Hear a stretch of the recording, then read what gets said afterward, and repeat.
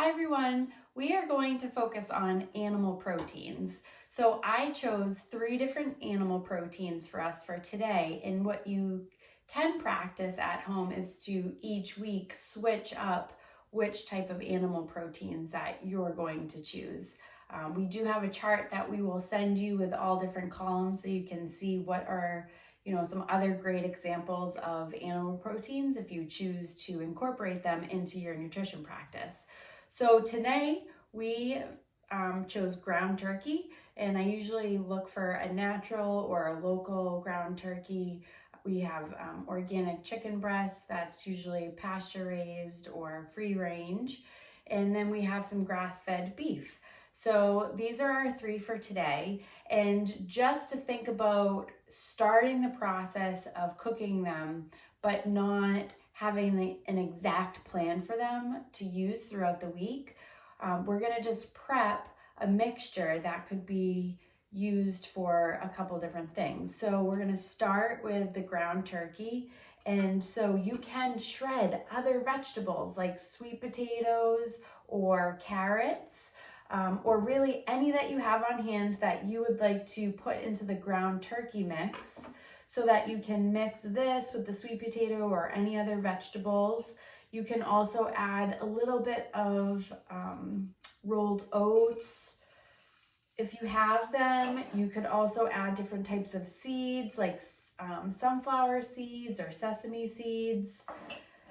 Then what else you could add to the ground turkey is, if you do eat eggs, you could add an egg to help bind it up. If you didn't have an egg, or you prefer not to use an egg, then you could use other things that help hold mixtures together, like for instance chia seeds is something that can also be used. So you can mix all this up and make it into, just leave it as it is, or make it into the turkey meatballs or a turkey loaf.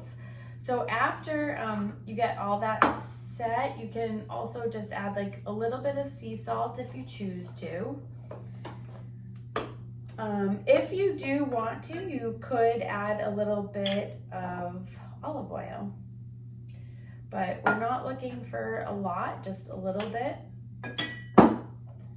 And that is not going to be a requirement. So next we have our chicken. So we are gonna do a marinade for the chicken. So we have our chicken breasts. So they will go into a container that you can keep in the refrigerator. We'll break it up. I like to add fruit, so you could add any type of fruit that you feel may go good with chicken. So peaches is an option. These are frozen dark cherries, and I feel like that's gonna go really good with my chicken breast. So I'm gonna put some of the dark cherries in here. I'm going to next make a little bit of a marinade, and I'm gonna shake all this up after, so it doesn't matter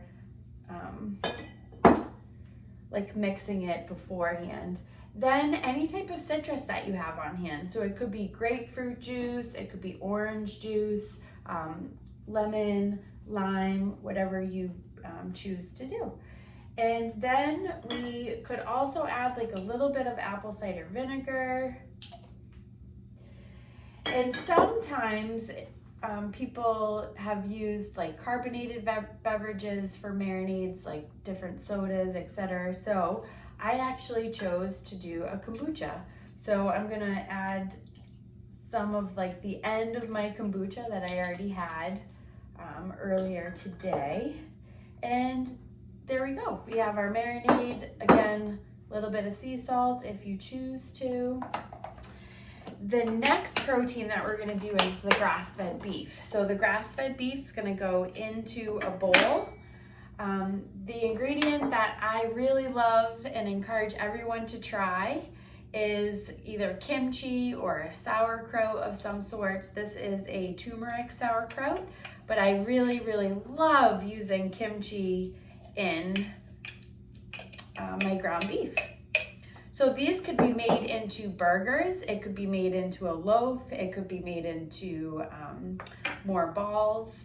And it's completely up to you. So if you're gonna make it into a loaf, you might wanna add other things like the oats or the seeds, but that's completely up to you. You could also use some shredded vegetables as well.